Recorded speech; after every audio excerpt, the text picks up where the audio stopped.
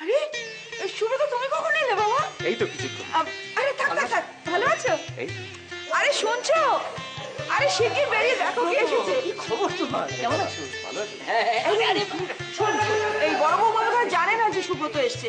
এক্ষুনি আমাকে জল খাবার দিয়ে যাবে। তুই যা শিগগির গিয়ে বল সুব্রত জল খাবার দিই। মা বলো, তারপরে কেমন চলছে তোমার?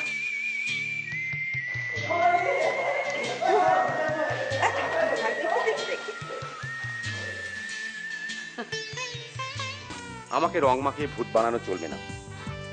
মোটেও না, আমি তোমার এই কথাটা রাখতে পারবো না। ব্যাস, মুন্নি শর্ত ভঙ্গ করলে চলবে না কিন্তু। সুব্রত, খবর কি? এই তো বাবা। ঠিক আছে ঠিক আছে ঠিক আছে। আশীর্বাদ করি, জীবনে যা চাও তাই যেন পাও। না না না, সবাই চলে এসো। চলে ব্রেকফাস্ট রেডি। চলে এসো। চলে এসো। বসো সুব্রত, সুব্রত বসো। চেয়ারটা টেনে নাও।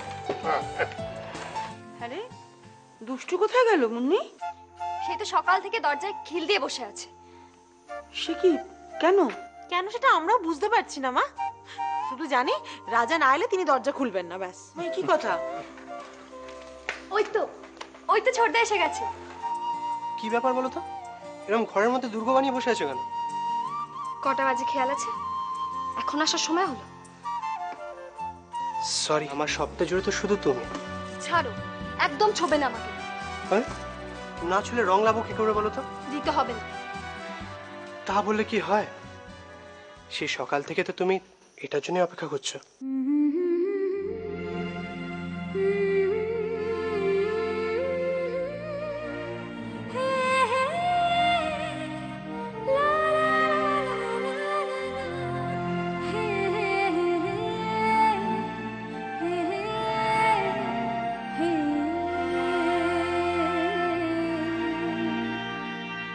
আরে এই তো রাজা দুষ্টু চলে এসেছে। দিদি ভাই, মা কোথায় গো? মা তো এই পুজো প্রসাদ গুলো ঘরে গুছিয়ে রাখতে গেছেন, এক্ষুনি আসবে মা। হ্যালো, কি বলছেন? এক মিনিট। শুনছো এই তো এসে গেছে। কাকলি? হ্যাঁ, এই যে, ওরে বাবা রে, এটা কি দুষ্টু? তোমার এই অবস্থা কি করলো? দেখো না দাদা, ওই যে দিদি ভাই। এ তো ভারী অন্যায়, দিয়েছে আমাকে। ভারী অন্যায়। তুমি বদলা নাও, তুমি ওকে ভূত বানাও।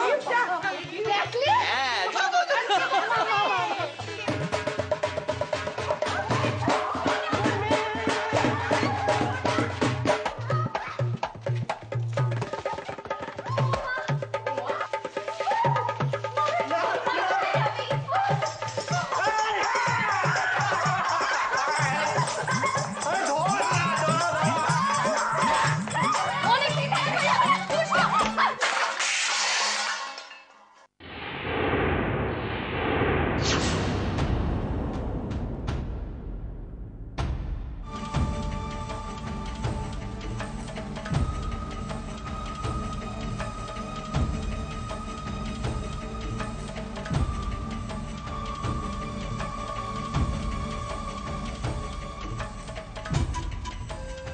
মেজদি,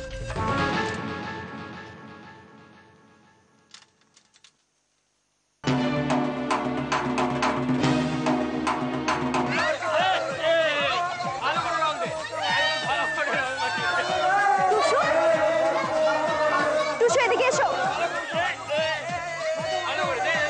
কি হচ্ছে নাকি এটা?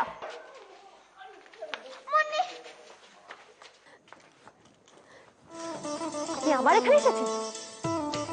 দেখাচ্ছি মজা আপনাকে। টুসু, তুই ভেতরে যা তো। দাঁড়ান আপনি। দুষ্টু,